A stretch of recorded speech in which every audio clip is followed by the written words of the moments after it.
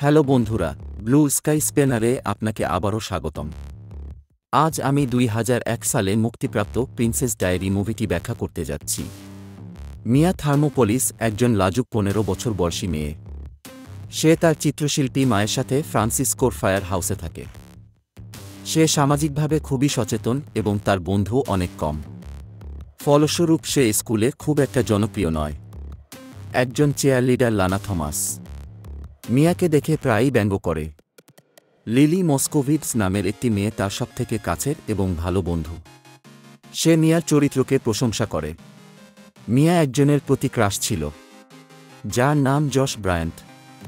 সে খুবই জনপ্রিয়, যে আবার লানার বয়ফ্রেন্ডও ছিল। মিয়া একদিন তাদের কিস করতে দেখে এবং সে নিজেকে লানার জায়গায় কল্পনা করে।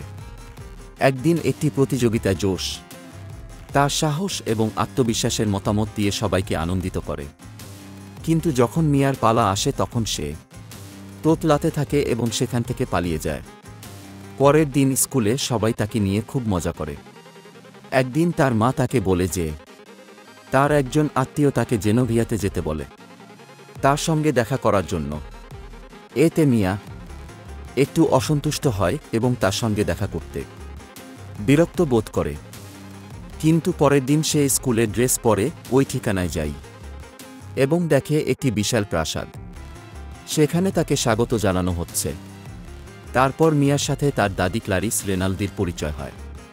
তখন সে মিয়াকে বলে যে তার দাদি আসলে জেনেভিয়ার একটি ইউরোপীয় রাজ্যের রানী। এখন তার মিয়ার সঙ্গে দেখা করার কারণ হল তার বাবা জেনেভিয়ার ক্রাউন প্রিন্সের মৃত্যু হয়েছে। মিয়া এখন সিংহাসনের পরের লাইনে রয়েছেন। মিয়া মনে করেন যে এই বৃদ্ধ মহিলাটি তার সঙ্গে মজা করছে, কিন্তু খুব ভালো করে বোঝানোর পরে মিয়া অবাক হয়ে যায় এটি জানতে পেরে যে সে একজন রাজকন্যা এবং পুরো রাজ্যের রানী। এবং তিনি আরও বলেন যে তাকে জেনোভিয়াতে যেতে হবে এবং সম্পূর্ণরূপে তার দায়িত্ব পালন করতে হবে। তার লাইফস্টাইল পরিবর্তন করতে হবে এবং সমস্ত তথ্য জানতে হবে। তখন মিয়া রাজকন্যা হতে অস্বীকার করে এবং সেখান থেকে পালিয়ে যায়। সে বাড়ি ফিরে এসে তার মায়ের প্রতি খুব রেগে যায়, তার রাজকীয় এই সত্যটি লুকিয়ে রাখার জন্য। এখানে দেখা যাচ্ছে যে মিয়ার বাবা মায়ের বিবাহ বিচ্ছেদের পরে তাকে তার মায়ের সাথে থাকতে দেওয়া হয়, যাতে তার শৈশবকালটি স্বাভাবিকভাবে কাটে। তারা 18 বছর বয়সে তাকে সবকিছু বলার পরিকল্পনা করেছিল, কিন্তু তার বাবা এখন মারা গেছে, তাই এখনই তাকে বলতে বাধ্য হল। পরের দিন তার মা এবং সেই রানী এই বিষয়টি নিয়ে আলোচনা করছিলেন। রানী তাকে রাজকুমারী হিসেবে বিশ্বের সাথে পরিচয় করিয়ে দিতে চান, কিন্তু তার আগে তিনি তাকে প্রশিক্ষণ দিতে চান। রানী মিয়াকে শেখাতে চাই যে একজন রাজকুমারীর আচরণ কেমন হয়। অবশেষে তার মা তাকে রাজি করায় রাজকুমারী ক্লাসে যোগ দিতে। তবে রাজকুমারী হওয়ার আগে পর্যন্ত মিয়াকে এটি গোপন রাখতে হবে। তারপরে রানী মিয়াকে একজন প্রধান নিরাপত্তা জো এর সঙ্গে পাঠিয়ে দেন, যাকে নিযুক্ত করা হয়েছিল তার যত্ন এবং সুরক্ষার জন্য। যতক্ষণ না মিয়াকে রাজকুমারী ঘোষণা করা হচ্ছে, ততক্ষণ সে আগের মতো স্কুলে যেতে পারবে এবং তাকে একটি সুন্দর গাড়ি ও উপহার দিয়েছিল। সে পথে তার বন্ধু লিলিকে তুলে নেয় এবং সে এই গাড়িটি দেখে মুগ্ধ হয়ে যায়। মিয়া একটি গ্যারেজে যায় এবং জানতে পারে যে তার পুরনো গাড়িটি মেরামত করতে 4000 টাকা খরচ হয়েছে। লিলির ভাই মাইকেল সেই দোকানে কাজ করত। সে দীর্ঘদিন ধরে মিয়ার প্রতি ক্রাশ ছিল, কিন্তু সে এটি প্রকাশ করত না। মিয়া তার প্রথম রাজকুমারী ক্লাসের জন্য প্রাসাদে যায়। রানী তার দিকে ভালো করে দেখে এবং তার যা কিছু পরিবর্তন করার দরকার সেটা তার সহকারীকে বলে। সে মিয়াকে শেখায় একজন রাজকন্যার পরিচ্ছন্নতা এবং আচরণ। এরপর মিয়া নাচ থেকে শুরু করে ডাইনিং এবং সমস্ত কিছু রাজকীয় শিষ্টাচার সম্পর্কে শিখে গেছে। প্রতিদিন সে স্কুল ছুটির পরে রাজকুমারী ক্লাসের জন্য প্রাসাদে যায়। এই কারণে সে তার বন্ধু লিলির সাথে একসাথে খুব বেশি সময় কাটাতে পারে না। লিলি একমাত্র তার বন্ধু। কয়েকদিন ধরে সে নিজেকে খুব একা মনে করে। একদিন রানী একজন ইটালিয়ান স্টাইলিশ পাওলোকে মিয়ার মেকআপ করার জন্য আমন্ত্রণ জানায়। সে মিয়াকে তার প্রাকৃতিক সৌন্দর্যের জন্য প্রশংসা করে। পাওলো এবং তার সহকারীরা তার ভুরু সোজা করে দেয় এবং চুল ও ফেসিয়াল ম্যানিয়ার করে দেয়, যাতে তাকে আরও বেশি সুন্দর দেখায়। সে তার চশমা ভেঙে ফেলে এবং লেন্স পরিয়ে দেয়। সম্পূর্ণ মেকআপের পরে মিয়াকে একদমই আলাদা দেখায়। রানী তার নাতনির নতুন চেহারা দেখে মুগ্ধ। কিন্তু রানী পাও ও তার সহকারীদের এই কথাটি খুব কঠোরভাবে গোপন রাখতে বলে। পরের দিন মিয়া এবং জো স্কুলে যাওয়ার জন্য লিলিকে নিতে যায়। মাইকেল তার নতুন সুন্দর চেহারা দেখে মুগ্ধ হয়ে যায়। তবে লিলি তার এই মেকআপে খুব বেশি খুশি হয় না, কারণ সে মনে করে তার বন্ধু অন্য মেয়েদের মতো হয়ে যাচ্ছে। সে মিয়াকে তার চুল ঢাকার জন্য একটি জঘন্য টুপি পরিয়ে দেয়। দুজনের মধ্যে খুবই তর্কবিতর্ক চলতে থাকে, কারণ সে মনে করে মিয়া তাদের বন্ধুত্ব ভেঙে চলে যেতে চায়।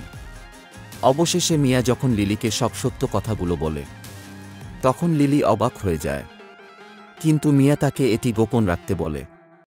এমন সময় ক্লাসে লানা পুলিশ মিয়া টুপি খুলে দেয় এবং তার চুল দেখে সবাই অবাক হয়ে যায়। একদিন মাইকেল মিয়াকে একটি মিউজিক কনভেনশনে আসতে বলে, যেটিতে সে পারফর্ম করবে। সে সত্যিই মিউজিকের প্রতি খুবই আগ্রহী এবং সেখানে লিলিকে উপস্থিত থাকার জন্য সে আশা করে।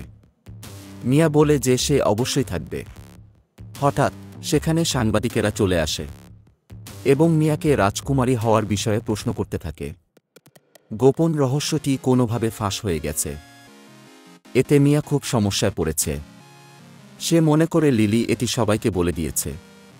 পরিস্থিতি যখন অনেক বড় আকার ধারণ করে, তখন রানী নিজে চলে আসেন সেই স্কুলে এবং পরিস্থিতি সামলান। পরে জানতে পারে যে সেই স্টাইলিস্ট পাও মিডিয়াকে বলে দিয়েছিল মিয়ার সম্পর্কে। পরের দিন রানী একটি পার্টির আয়োজন করেন এবং সেখানে বড় বড় রাজপরিবারের সদস্যদের সঙ্গে মিয়াকে পরিচয় করিয়ে দিচ্ছেন। পার্টিটি বেশ ভালোভাবেই চলছিল। তখন মিয়া ভুলবশত হঠাৎ একটি অতিথির হাতায় আগুন জ্বালিয়ে দেয়। সে সঙ্গে সঙ্গে একটি বরফের বালতিতে এটি ডুবিয়ে দেন। সে ফলগুলি ছুরি দিয়ে কাটতে পারে না, ফলে এটি ছিটকের বাইরে চলে যায় এবং এতে পা পিছলে পড়ে যায় একটি ওয়েটার। রানী এইসব কাণ্ড দেখে মাথা ধরে বসে থাকে, কিন্তু অতিথিরা মিয়ার এই ব্যবহারে খুব মজা পায়। রানী তার ওপর কখনোই ক্ষিপ্ত হয় না। তার নাতনির সঙ্গে একদিন সময় কাটানোর জন্য তার সমস্ত মিটিং বাতিল করে দেয়। তারা একসাথে অনেক মজা করে। মিয়া তার পছন্দের গেম খেলে এবং একটি ফটো বুথে তারা একসাথে ছবি তোলে। বাড়ি ফেরার সময় মিয়া ড্রাইভ করে, কিন্তু একটি উঁচু জায়গায় ওঠার সময় তার গাড়ির ব্রেক কেটে যায়। সে গাড়িটিকে সান ফ্রান্সিসকোর একটি গাড়ির সাথে ধাক্কা মেরে থামিয়ে ফেলে। পুলিশ মিয়াকে গ্রেফতার করতে যায়, কিন্তু রানী তার নিজের ক্ষমতা ব্যবহার করে এবং অফিসারগুলো ছেড়ে দিতে বাধ্য হয়।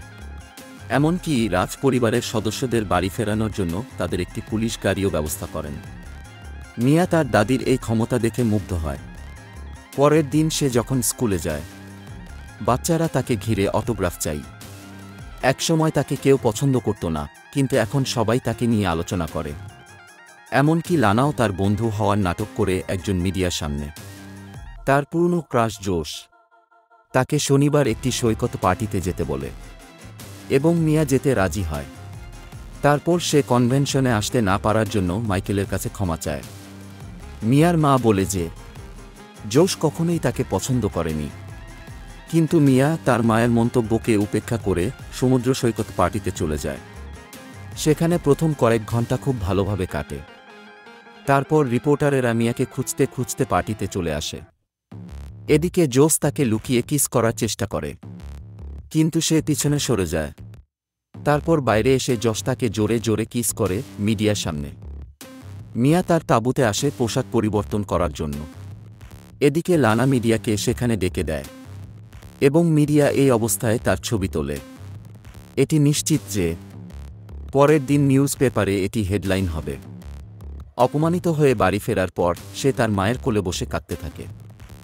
পরের দিন সকালে এই সমস্ত ফটোগুলি দিয়ে একটি নোংরা নিউজ তৈরি হয়েছে তার নামে, যেটি রানী বুঝতে পারে। মিয়া এসবের জন্য তার কাছে ক্ষমা চাই এবং সে আরও বলে যে সে রাজকন্যা হওয়ার যোগ্য নয়। রানী মিয়াকে তার জোশ ছাড়া অন্য কোনো বন্ধুকে নিয়ে আসতে বলে। মিয়া তখন সেখান থেকে চলে যায় এবং জো রানীকে বোঝায় যে মিয়া এখনও কিশোরী। তারা আলোচনা করে এ বিষয়ে সম্মত হয় যে রাজকন্যা হওয়ার বিষয়ে সবকিছু জানার আগে সে স্কুলে কিভাবে চলাফেরা করত এ বিষয়টাও জো তুলে ধরে। সুতরাং সে রাজকন্যা হওয়ার যোগ্য। গত কয়েকদিন ধরে মিয়া একসাথে না থাকতে পারার জন্য লিলির কাছে ক্ষমা চাই এবং তারা দুজনে আবার খুব ভালো বন্ধু হয়ে যায়।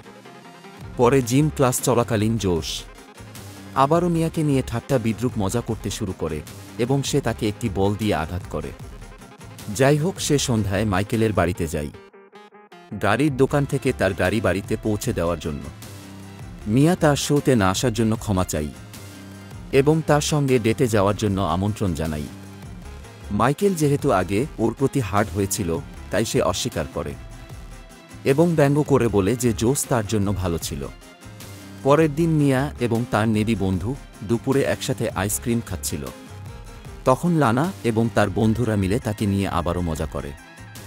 মিয়া তার আইসক্রিম লানার জামায় লাগিয়ে দেয়। পরের দিন রানী তার সঙ্গে দেখা করে এবং তার প্রতি কঠোর ব্যবহার করার জন্য ক্ষমা চাই। সে তাকে জানায় যে তার উপরে যে দাগ লেগেছে এই সবগুলো মোছার জন্য তাকে একটি বক্তব্য রাখতে হবে সবার সামনে। তিনি মিয়াকে একটি ডায়েরিও দেন যেটা তার বাবা 16তম জন্মদিনে তাকে দিতে চেয়েছিলেন। মিয়া সেখান থেকে চলে আসে এবং সে পালিয়ে যাবার সিদ্ধান্ত নেয়, কারণ তার বক্তব্য থেকে দায়িত্বটা বেশি বোঝা মনে হয়। সে ব্যাগ গুছিয়ে রেডি পালানোর জন্য।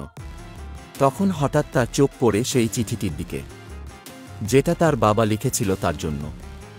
এই চিঠিতে রাজকীয় হওয়ার জন্য কতটা সাহসের দরকার সেটা ব্যাখ্যা করা আছে এবং এতে আরও লেখা আছে যে সে তার মাকে খুব ভালোবাসে। এই কথাগুলি মিয়ার হৃদয়ে ছুঁয়ে গেল এবং সে মন পরিবর্তন করে এবং সে বক্তব্য রাখার সিদ্ধান্ত নেয়, কারণ সে সবাইকে বলেছিল যে সে নিজেই বক্তব্য রাখবে। কিন্তু দুর্ভাগ্যবশত প্রচণ্ড বৃষ্টির মধ্যেও তাকে গাড়ি চালাতে হবে। হঠাৎ গাড়িটি রাস্তার মাঝখানে খারাপ হয়ে যায় এবং সে এটি খুলে দেখে যে এতে মাইকেলের সরি লেখা পিজ্জা আছে। সে কাঁদতে থাকে এবং হাল ছেড়ে দিতে শুরু করে। তখন জো লিমো নিয়ে চলে আসে এবং তাকে তুলে নেয়। এদিকে মিয়ার আসতে দেরি হওয়ার কারণে রানী নিজেই বক্তব্য শুরু করেন এবং এর মাঝে দেখেন যে মিয়া চলে এসেছে। তার মাথা থেকে পা পর্যন্ত ভিজে এবং সে বক্তব্য দেওয়ার জন্য প্রস্তুত। রানী তার জন্য মঞ্চ ছেড়ে দেন। মিয়া প্রথম দিকে খুব সাধারণভাবেই বক্তব্য দিচ্ছিল, কিন্তু তারপর তার বাবার কথা মনে পড়ে এবং সে সুন্দর মানুষের মন কাড়া বক্তব্য দেওয়া শুরু করে। তার বক্তব্য সেখানে থাকা সমস্ত দর্শকের মন জয় করেছে এবং সে নিজেকে জেনোবিয়ের রাজকুমারী হিসেবে ঘোষণা করে। কিছুক্ষণ পরে তাকে রাজকুমারীর মুকুট এবং সুন্দর পোশাক পরিয়ে দেওয়া হয়। তারপর সে মাইকেলের সাথে আনন্দে নাচতে শুরু করে। সে মাইকেলের সাথে একটি বাগানে যায় এবং তার অনুভূতি প্রকাশ করে। অবশেষে দুজনে চুম্বন করে। এর পরের দৃশ্যতে আমরা দেখতে পাই যে মিয়া আনুষ্ঠানিকভাবে রাজকীয় দায়িত্ব পাওয়ার পর জেনেভিতে উড়ে যাচ্ছেন গ্রীষ্মের ছুটি কাটাতে। ধন্যবাদ।